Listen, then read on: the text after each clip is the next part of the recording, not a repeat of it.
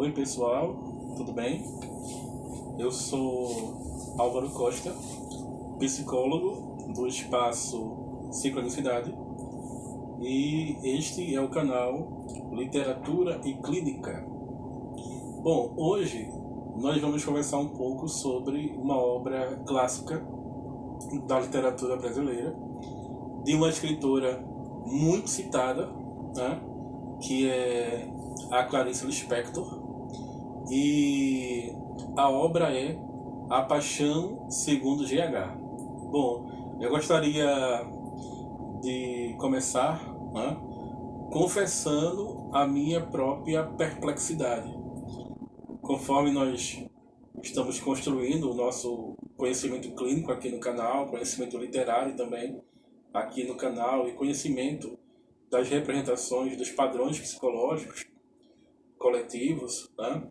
A perplexidade que eu menciono é que, de fato, a Clarice Lispector é muito citada em ambientes, né? Ambientes de redes sociais, por exemplo, que muitas vezes não são o ambiente em que você esperaria encontrar Clarice Lispector ali, né? Eu vou explicar melhor. Claro que a popularização de uma escritora como Clarice Lispector é sempre muito bem-vindo, mas às vezes as pessoas escrevem frases que não são da Clarice ou que eu nunca encontrei nas obras de Clarice Lispector. Também que certas redes sociais, né, possuem uma certa pressa, uma certa agilidade em comunicar, né? Você vê o texto, depois você esquece, já vai fazer outro texto, ou então as pessoas não refletem demoradamente nas redes sociais. E Clarice Lispector é avesso a isso. Por quê? Porque Clarice Lispector tem uma, uma prosa, um estilo profundamente filosófico, existencialista, que questiona a própria existência, que questiona radicalmente a própria vida. Poucos escritores, poucas escritoras possuem um grau de engajamento existencial e de questionamento da própria existência quanto a Clarice Lispector. Talvez nenhum escritor no Brasil tenha esse estilo tão característico que a Clarice possui, que a aproxima dos maiores filósofos do existencialismo francês, dos maiores filósofos da fenomenologia alemã, ou do estilo existencialista alemão, francês, etc. Né? Eu estou entrando agora nas redes sociais, por exemplo, há 15 dias eu fiz um tweet para mim, para que eu possa, uma vez ou outra, entrar ali, colocar algumas frases, né? E eu percebo que todos os dias, quando eu entro, sempre tem mais de uma pessoa, duas, três, citando Clarice Lispector. Porque Clarice Lispector, porque Clarice Lispector, tudo é Clarice Lispector. Mas será que as pessoas estão lendo Clarice?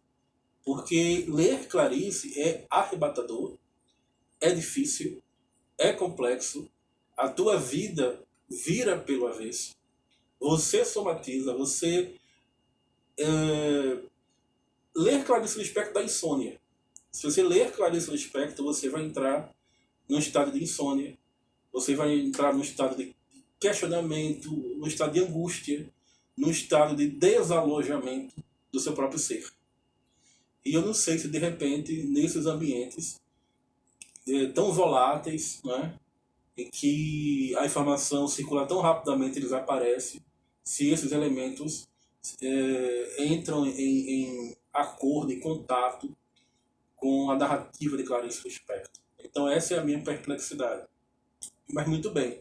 Eu também queria fazer outra confissão antes de entrar detalhadamente na Paixão segundo GH, que na escola eu li um conto Machado, de Clarice Lispector, desculpe, que eu comprei, na verdade, agora um livro que são todos os contos de Clarice Lispector. Eu comprei os contos completos de Clarice Lispector, mas na adolescência eu li um conto da Clarice que falava sobre o medo da eternidade. E ela criança, e eu aqui no Recife, né? Porque ela foi criada aqui no Recife, eu imagino Clarice brincando ali na Praça Marcial Pinheiro, onde fica a casa dela, para nossa vergonha do Recife. A casa dela é muito mal cuidada, não é um centro cultural como deveria ser. Ironicamente, a casa de Manuel Bandeira é muito bem cuidada, na rua da União, próxima à Rua da Aurora. E, pelo que eu soube, as mesmas pessoas que administram uma casa administram outra. A casa de Manuel Bandeira, que é um poeta que eu também adoro, é bem cuidada, mas a casa de Clarice é abandonada. Eu acho isso uma vergonha para a gente que é recifense. A gente que é recifense deveria reconhecer a qualidade de Clarice, né?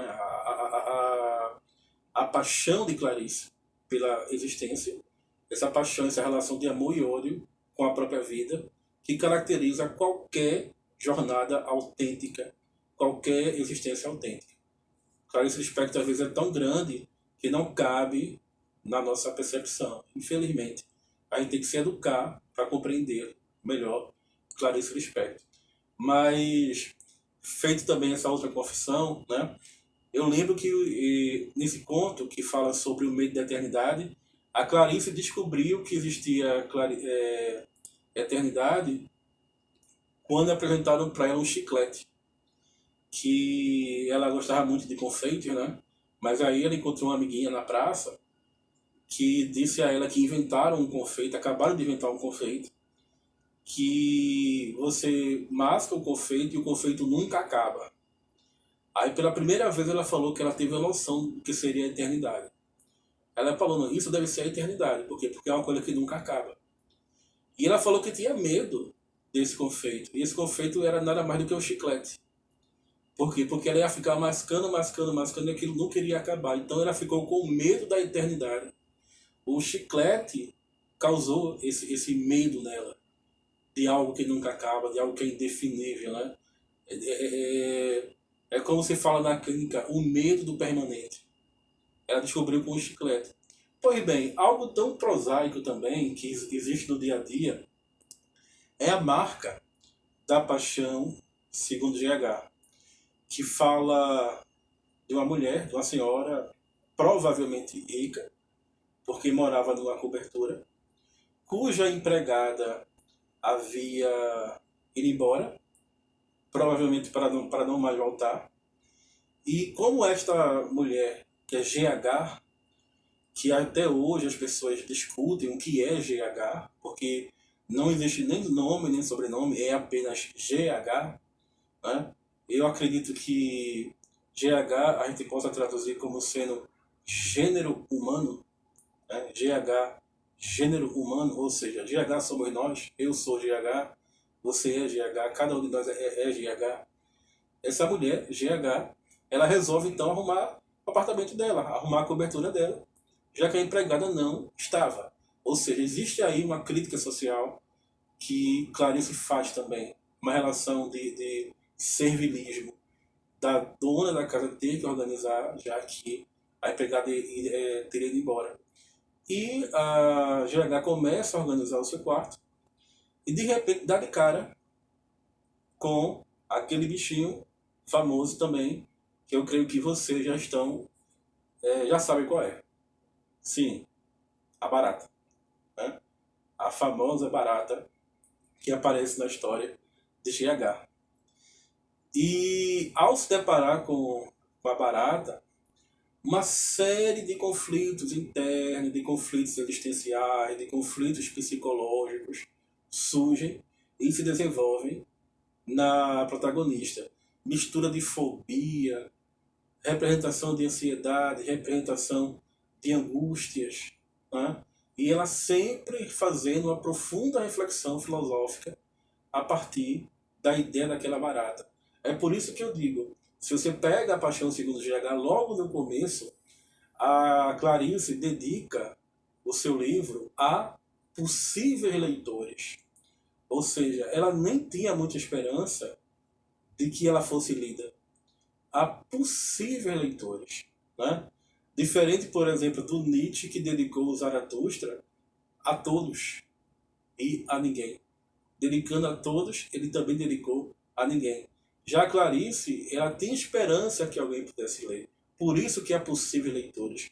E ela fala que para narrar essa história, ela teve que se aproximar ao máximo de si mesma, e se aproximando ao máximo de si mesma, ela passou pelo seu próprio avesso, ou seja, pelo seu próprio oposto.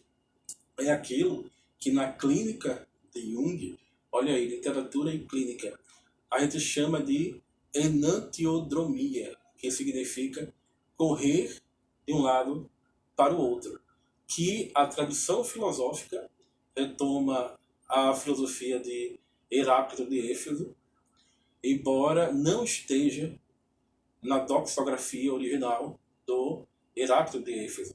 Deve ser algo mais ou menos como o Teorema de Pitágoras, que não se encontra em nada que Pitágoras tenha deixado, mas sim numa vaga alusão ao quaternário, mais de 1000 anos depois, por um pitagórico tardio chamado Ulisses, que agradece ao quaternário, ou seja, não existe nenhuma documentação original de que Pitágoras escreveu sobre o teorema, embora provavelmente ele tenha escrito. Ou como o famoso Teorema das Proporções, que é o Teorema de Tales de Mileto, que também não existe nenhuma doxografia original, nem nada, nenhum texto original que mostre que Tales havia desenvolvido ou escrito esse Teorema das Proporções. Né? Assim é o conceito de enantiodromia do Heráclito. Também não se encontra nos fragmentos do Heráclito. Mas, pois bem, para você se aproximar de você mesmo, segundo Jung, o si mesmo aí significa o self, você precisa sustentar os opostos, sustentar o paradoxo da existência, o próprio paradoxo do viver. É por isso que o método clínico em Jung é um método dialético. E é por isso que Clarice vai se utilizar da dialética para poder investigar a realidade, para poder investigar a si mesma. E ela levanta, por exemplo, um problema sobre a verdade, sobre o que é a verdade, que é um problema filosófico que há séculos vem sendo colocado. O próprio Pilatos, perante o Cristo, perguntou a famosa frase que no latim se traduz como "quid est veritas", né? O que é a verdade. Inúmeros filósofos discorreram sobre o assunto, e o Jung vai dizer que verdade é tudo aquilo que nos ajuda a viver. Tudo é Maya, ou seja, a deusa da ilusão hindu, perante uma única coisa, que a nossa vida tenha sentido. É o que Jung vai falar na vida simbólica, certo? E a Clarice ela faz um experimento. Ela questiona a escuridão, e ela questiona se nós colocássemos uma lupa, uma lente sobre a escuridão, se nós iríamos ver mais escuridão ou o que é que nós iríamos ver. Talvez colocar uma lupa sobre a escuridão, ou seja, talvez colocar uma lupa sobre o inconsciente, personificado na clínica, seja amplificar o desconhecido, aquilo que é desconhecido. Dizem, né, contam uma anedota que Jung uma vez foi dar uma palestra para pessoas que supostamente conheciam muito o trabalho dele e que se orgulhavam de conhecer muito o trabalho do Jung. E o Jung fez algumas perguntas para essas pessoas, especialistas da obra dele, e esses especialistas davam respostas erradas. Como, por exemplo, o que é a sombra? E aí muitos diziam, a sombra é um complexo sombra, um complexo ideoafetivo. A sombra é um arquétipo. A sombra de respeito ao nosso estado psicológico primitivo. A sombra... Aí eu disse, sim, só que tem uma coisa aí que vocês não falaram. É o que é? A sombra é todo o inconsciente. todo inconsciente, no fundo, é a sombra. Por quê? Porque é o desconhecido. E essa interrogação, a Clarice Lispector soube muito bem fazer. Né? E ela vai se deparar com aquela barata, fazendo questionamentos, levantando sempre questionamentos. E aí eu solto um spoiler. Ela consegue prender a barata no armário, mas a barata não morre. É a barata difícil de matar.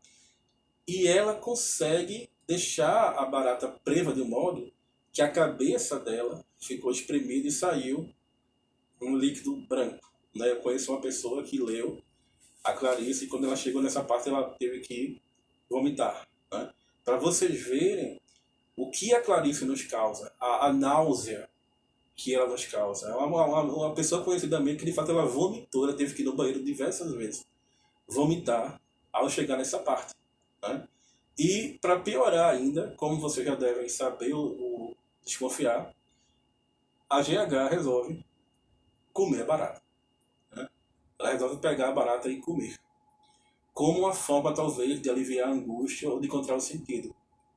Bom, comer a barata aí, simbolicamente, clinicamente, psicologicamente, significa integrar algo que surge do inconsciente à consciência, por pior que seja. A Clarice até meio que vai falar uma frase, né? A GH até que vai falar uma frase na narrativa que a Clarice escreve, que é: eu fizera o ato proibido de tocar no que é imundo. Ou seja, eu toquei naquilo que é imundo. E isso, gente, é profundamente psicológico.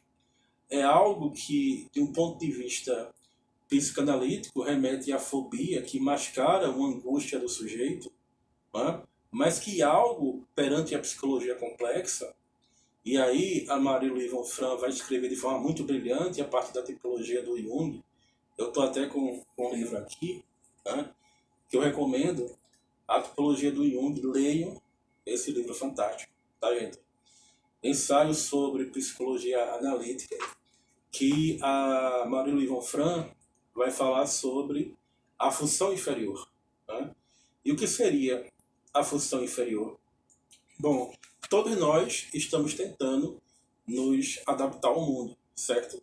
Todos nós, por meio da consciência, estamos tentando sempre um processo de adaptação. Só que as pessoas têm recursos psicológicos diferentes e se adaptam ao mundo de formas diferentes. Então, algumas pessoas vão se adaptar ao mundo por meio do pensamento, outras pessoas vão se adaptar ao mundo por meio do sentimento, algumas pessoas são mais intuitivas. Né? E quando a gente conquista a adaptação no mundo, por exemplo, eu vou logo revelar o meu tipo psicológico, meu padrão geral de comportamento, que predispõe a minha atitude, ou seja, a minha direção de consciência. Eu sou o tipo pensamento introvertido. Então essa é a forma que eu tenho de me adaptar ao mundo.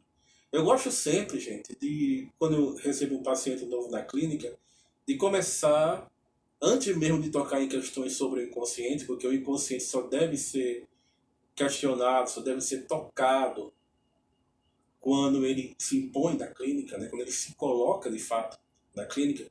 Eu gosto de fazer um estudo da personalidade do sujeito. Né? Tentar entender um pouco da personalidade. E aí tentar entender um pouco de como essa pessoa se adapta ao mundo por meio da sua subjetividade e da sua equação pessoal. Então, eu que sou pensamento introvertido, por exemplo, essa é a minha função mais consciente, mais desenvolvida. Eu tenho uma função que é uma função inferior. A função inferior é a função mais afastada da consciência. Ou seja, quanto mais afastada da consciência, mais próximo do inconsciente. Quanto mais próximo do inconsciente, menos indiferenciado. Quanto menos indiferenciado, quanto mais indiferenciado, menos desenvolvido.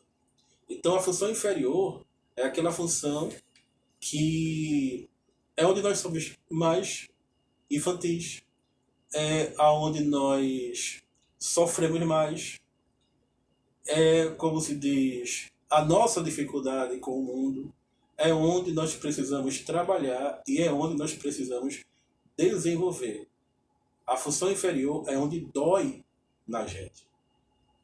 Sempre que a nossa função inferior é atingida de algum modo, isso causa em nós dor, infantilização, sofrimento.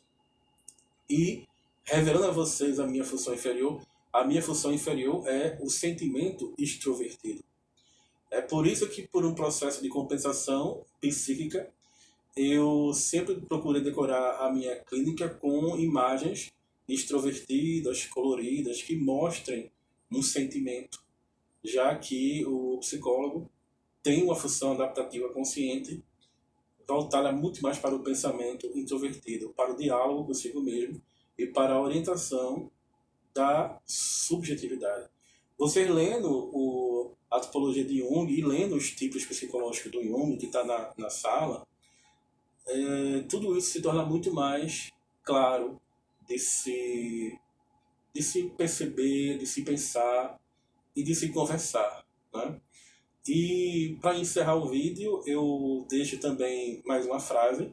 Essa frase, sim, da Clarice Lispector, que está na Paixão segundo GH, de que ao provar a barata, ao experimentar a barata, GH passou por uma provação. Então é muito comum a gente ouvir as pessoas falando: mas rapaz, eu estou passando por uma provação, eu estou sendo provado, minha vida está... eu estou numa provação. A Clarice vai dizer que se é provação, é sinal de que eu estou provando, certo? Se é provação, eu estou provando. Se eu estou provando, eu estou vivendo. Então é necessário provar, conhecer a si mesmo e a si mesmo, conhecer os nossos principais aspectos sombrios, nossa função inferior, onde dói mais, onde nós temos o nosso sofrimento, a origem do nosso sofrimento, embora isso nos cause asco, nos cause aversão, nos cause angústia, nos cause fobia, nos cause ansiedade e uma série de dificuldades. Mas é necessário fazer o que GH fez, né? Fazer o que Clarice fez. Fazer o que Clarice Lispector fez durante toda a sua vida. Deparar-se consigo mesmo, nos seus vários pontos cinzentos, obscuros, né? Na sua vasta escuridão da alma, e emergir dali por meio da provação que se tem que passar, da dificuldade que se tem que passar, mas passar, atravessar e emergir e integrar o elemento que surge do inconsciente, que nos apavora, que nos perturba, mas integrar conscientemente para um melhor desenvolvimento da nossa personalidade. Então, é isso, pessoal. Um abraço para vocês. Muito obrigado.